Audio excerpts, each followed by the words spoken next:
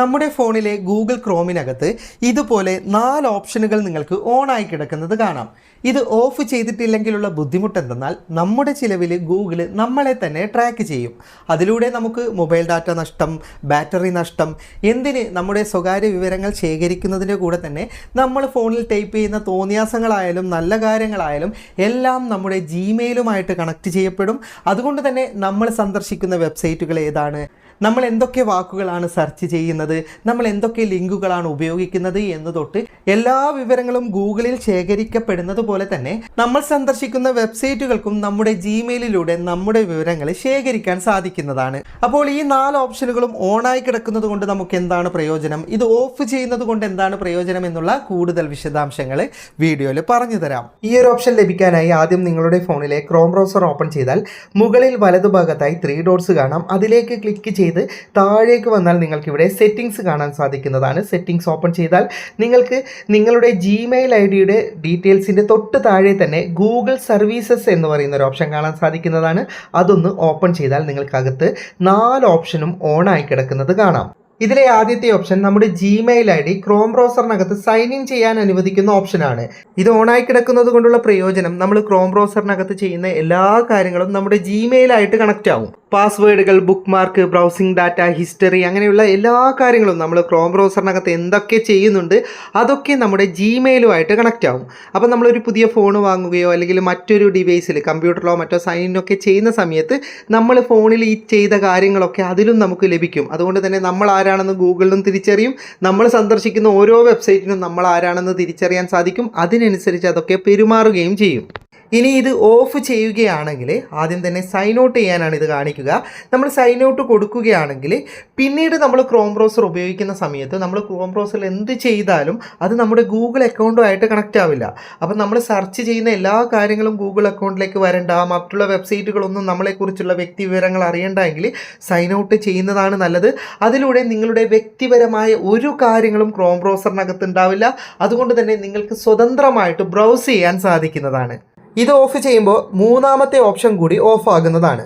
മൂന്നാമത്തെ ഓപ്ഷൻ നമുക്ക് ഓഫ് ചെയ്യുന്നത് തന്നെയാണ് നല്ലത്. ഇത് ഓൺ ചെയ്യുന്നത് കൊണ്ടുള്ള പ്രയോജനം നമ്മളിപ്പോൾ ഏതെങ്കിലും ഒരു വെബ്സൈറ്റ് സന്ദർശിക്കുന്ന സമയത്ത് ആ വെബ്സൈറ്റിന് എന്തെങ്കിലും പ്രശ്നമുണ്ടെങ്കിൽ ഗൂഗിൾ അത് നമ്മളെ മുൻകൂട്ടി അറിയിക്കുന്നതാണ്. അതൊരു ഹാക്കിംഗ് വെബ്സൈറ്റ് ആണോ അല്ലെങ്കിൽ എന്തെങ്കിലും മാൾവെയർ ഉണ്ടോ, പ്രശ്നങ്ങളുണ്ടോ, എല്ലാം നമുക്ക് മുൻകൂട്ടി അറിയിക്കുന്നതാണ്. പക്ഷേ ഇതുകൊണ്ട് നമുക്ക് ബുദ്ധിമുട്ടുകളുണ്ട്. നമ്മൾ ബ്രൗസ് ചെയ്യുന്ന എല്ലാ കാര്യങ്ങളും ഗൂഗിൾ ശേഖരിച്ച് വെക്കും. നമ്മൾ ഏത് സൈറ്റ് സന്ദർശിക്കുന്നുണ്ട്, എത്ര നേരം ആ സൈറ്റ് ഉപയോഗിക്കുന്നുണ്ട്, നമ്മുടെ ഇഷ്ടങ്ങൾ എന്താണ്, എല്ലാ കാര്യങ്ങളും ഗൂഗിളിന് മനസ്സിലാക്കിയെടുക്കാൻ സാധിക്കും. അപ്പം നമ്മൾ ആദ്യത്തെ ഓപ്ഷൻ ഓഫ് ചെയ്തിട്ടില്ലെങ്കിലും മൂന്നാമത്തെ ഓപ്ഷൻ നിർബന്ധമായിട്ടും ഓഫ് ചെയ്തിരിക്കണം.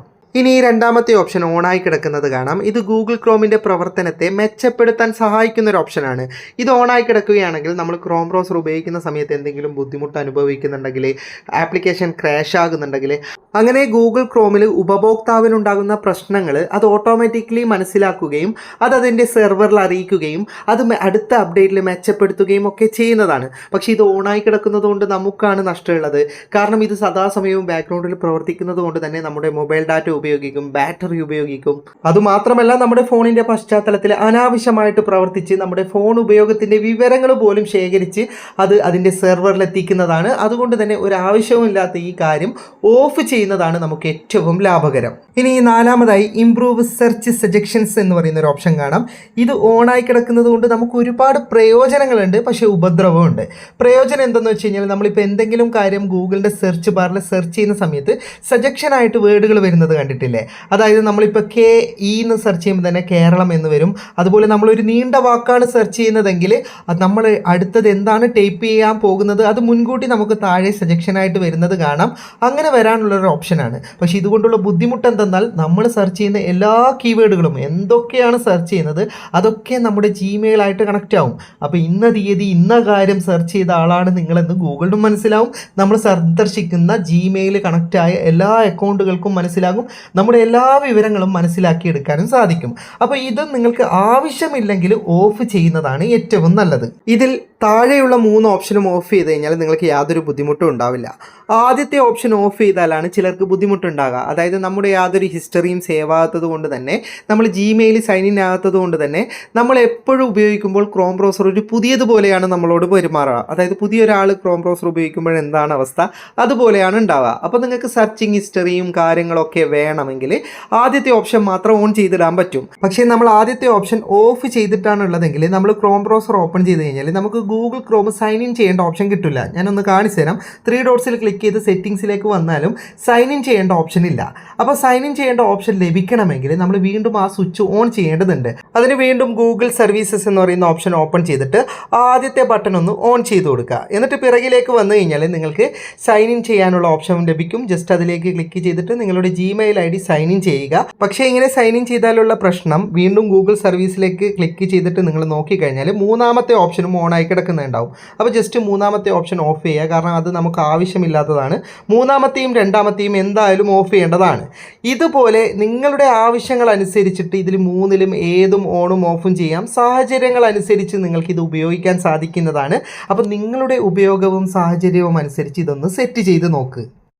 വീഡിയോ ഇഷ്ടപ്പെട്ടെങ്കിൽ ലൈക്ക് ചെയ്യുക, നിങ്ങളുടെ അഭിപ്രായം കമൻറ്റ് ചെയ്യുക. ഒരുപാട് സുഹൃത്തുക്കൾക്ക് ഉപകാരപ്പെടും. ദയവായി ഷെയർ ചെയ്യുക.